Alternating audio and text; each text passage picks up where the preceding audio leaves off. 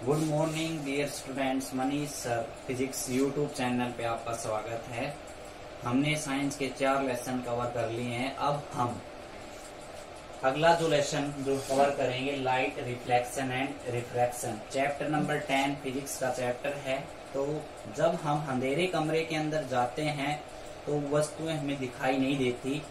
अगर हम दिन के अंदर रहते हैं तो हमें वस्तुएं दिखाई देती हैं। वो किसकी वजह से ऐसा होता है? वो होता है सन की वजह से।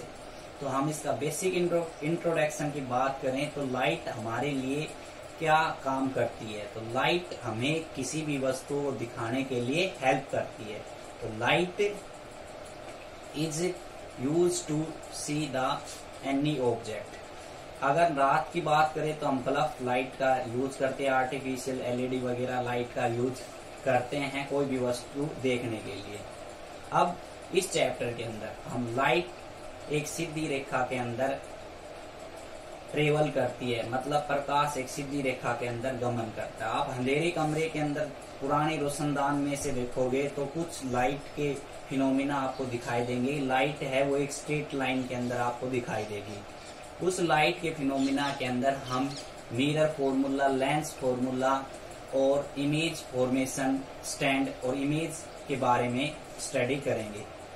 लाइट और जो रिफ्लेक्शन और रिफ्रैक्शन जो है वो लाइट के फिनोमिना की वजह से ऐसा होता है। तो नेचर के अंदर या हमारे आसपास के अंदर काफी ऐसे फिनोमिना होते हैं, लाइट के फिनोमिना, जिनकी वजह से नेचर के अंदर वो दिखाई देते हैं। वो कुछ फिनोमिना आज हम इस चैप्टर के अंदर डिस्कस करेंगे। तो सबसे पहले अगर हम बात करें कि रिफ्लेक्शन ऑफ द लाइट क्या होती है। जब रिफ्लेक्शन लाइट किससे होती है? एक पॉलिश मिरर होता है, पॉलिश मिरर से 100% जो लाइट है वो क्या होती है? रिफ्लेक्ट होती है। तो सबसे पहले हम स्टडी करते हैं इस चैप्टर के अंदर what is the reflection of the light. Reflection of the light होता क्या है?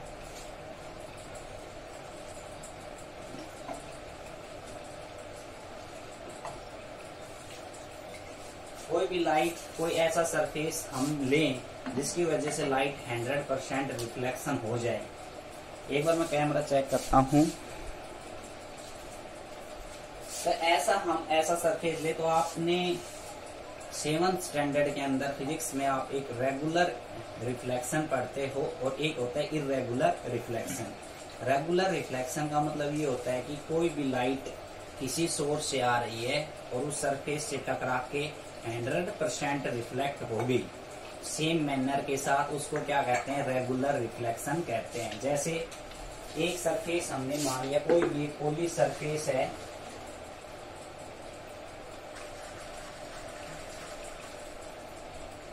ये क्या है? पॉलिश सरफेस और ये लाइट आ रही है और ये सेम मैनर के साथ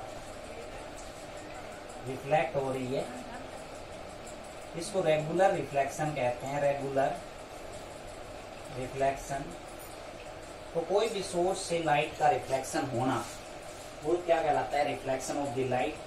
मतलब अगर हम मैट्रिक स्टैंडर्ड की बात करें तो मैट्रिक स्टैंडर्ड के अंदर इसकी डेफिनेशन क्या होगी? A light coming from any source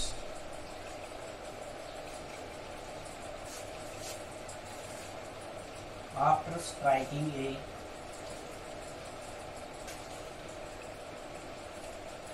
a polished surface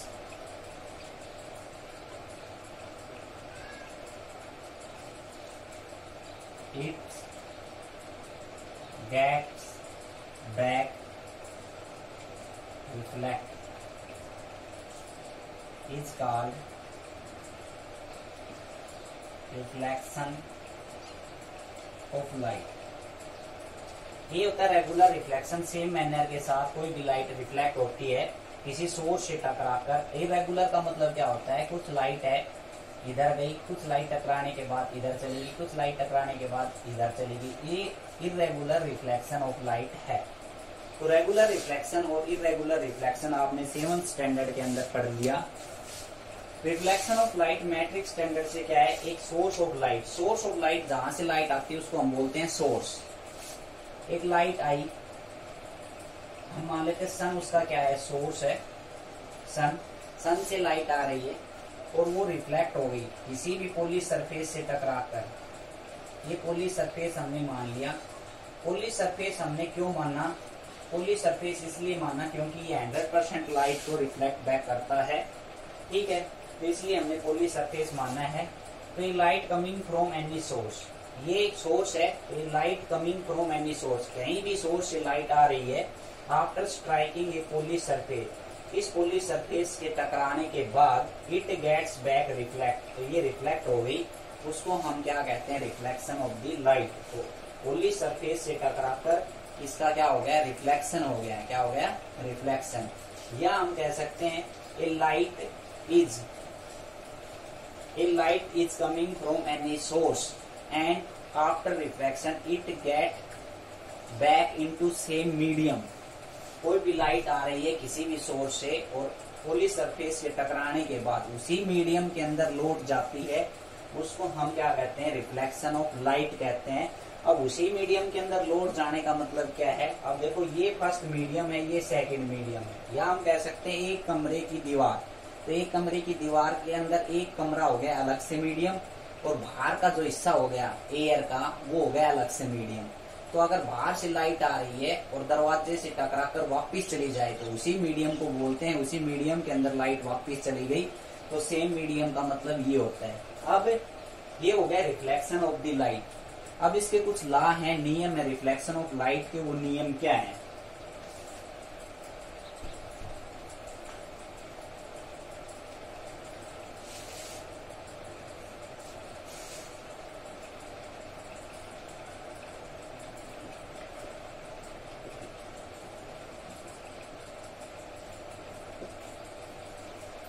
law है, नियम देखो, अगर हमने मान लिया ये पॉलिश सरफेस है और ये लाइट आई, इंसिडेंट लाइट जिसको कहेंगे,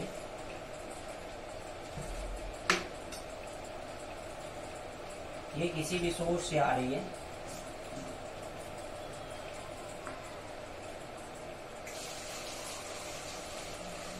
और ये रिफ्लेक्शन लाइट, रिफ्लेक्टेड लाइट कह सकते हो आप,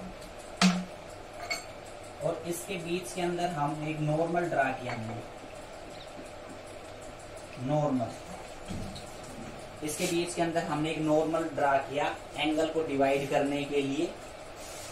तो ये जो है एंगल इंसिडेंट एंगल है और ये है रिफ्लेक्शन एंगल, ठीक है।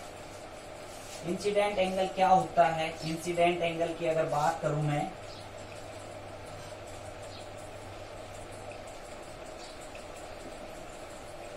इंसिडेंट एंगल होता है the angle between incident light and normal, angle between incident light and normal. Incident light और नॉर्मल के बीच में जो एंगल बनता है उसको हम क्या कहते हैं, इंसिडेंट एंगल। और ये होता है refraction angle,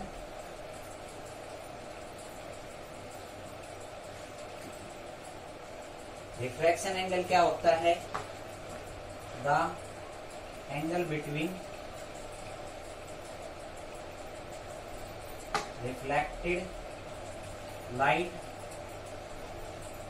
and normal.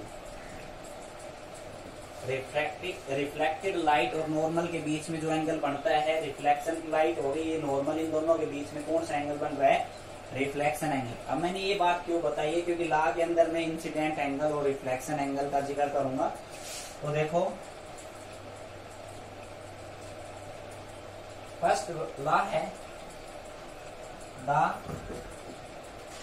Incident angle and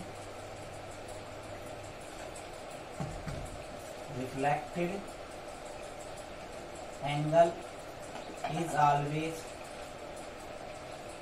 same equal, is always equal। Incident angle और रिफ्लेक्शन एंगल हमेशा क्या रहेंगे, बराबर रहेंगे। ये एंगल और ये एंगल हमेशा क्या रहता है, बराबर। ठीक है, रिफ्लेक्शन के टाइम के अंदर। दूसरा, the incident light normal and reflected light all lies on same plane। दूसरा रूल ये है इसका, ये इंसिडेंट लाइट है, ये रिफ्लेक्टेड लाइट है, ये नॉर्मल, सभी एक ही प्लेन के ऊपर लाई करेंगे। ठीक, कैसी प्लेन के अंदर? एक ही प्लेन के अंदर, या यहाँ इस पॉइंट पे लाई कर रहे हैं, सभी एक ही पॉइंट के ऊपर लाई करते हैं।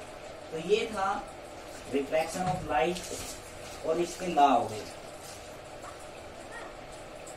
अब ये जो लॉ है रिफ्लेक्शन के, ये सभी रिफ्लेक्टेड लाइट के टाइप्स के ऊपर क्या होते हैं? लागू होते हैं। तो एनसीईआरटी बुक हम पढ़ा रहे हैं आपको, तो इसमें जो पहला पैराग्राफ है वो कंप्लीट हो चुका है। उसमें पहले बेसिक इंट्रोडक्शन था लाइट के बारे में, कि जो लाइट है वो सीधी रेखा के अंदर गमन करती है। दूसरी बात, जितने भी हम नेचर के अंदर लाइट के कुछ फिनोमिना है वो डिस्कस करेंगे।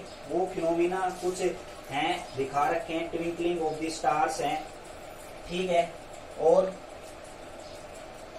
कोई भी ऑब्जेक्ट है, मिरर है, मिरर के केस हैं, कुछ लेंस के केस आगे आएंगे, इमेज कैसे बनती है, ये सभी चीजें हम स्टडी करेंगे। ये कह रहा है कि ये सभी लॉ रिफ्लेक्शन ऑफ सरफेस के ऊपर सभी के लिए लागू होंगे। अब हमने image form by the plane mirror के बारे में थोड़ा सा प्लेन मिरर के बारे में पढ़ते हैं। अगले पैराग्राफ के अंदर ये कह रहा है कि आपने इमेजिन किया है कि प्लेन मिरर के अंदर कैसी इमेज बनती है। तो थोड़ा प्लेन मिरर की बात कर लेते हैं।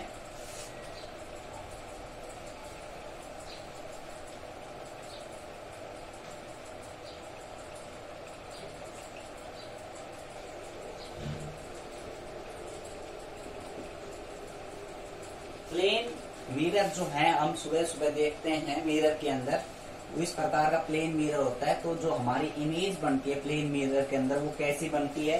तो प्लेन मिरर के अंदर जो हमेशा इमेज बनती है हमारी, वर्चुअल एंड इरेक्ट इमेज बनती है। प्लेन मिरर के अंदर जो इमेज बनती है कैसी बनती है? वर्चुअल एंड इरेक्ट, आभासी और सिद्धि। आभासी और सिद्धि का मतलब क्या है? एक होती है रियल इमेज और एक होता है वर्चुअल इमेज। अब रियल इमेज क्या होती है? The image is formed at the screen. Screen के ऊपर जो इमेज बनती है उसको हम क्या कहते हैं? रियल इमेज, वास्तविक प्रतिबिंब। सेकंड नंबर पे है virtual image.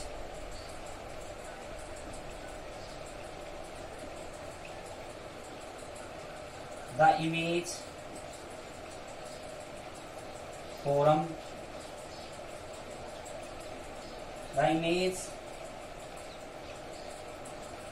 Is not form at screen. जो स्क्रीन के ऊपर इमेज नहीं बनती उसको हम क्या कहते हैं? वर्चुअल इमेज, आभासी प्रतिबिंब, जो सिर्फ हमें आभास होती हुई दिखाई देती है, प्रतीत होती हुई दिखाई देती है।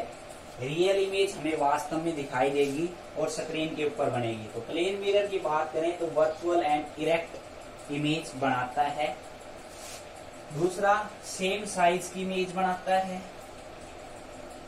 सेम साइज की, ऑब्जेक्ट की जो साइज है उसकी साइज सेम रहेगी।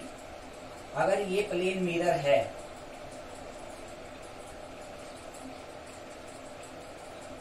ये क्या है? Plane mirror.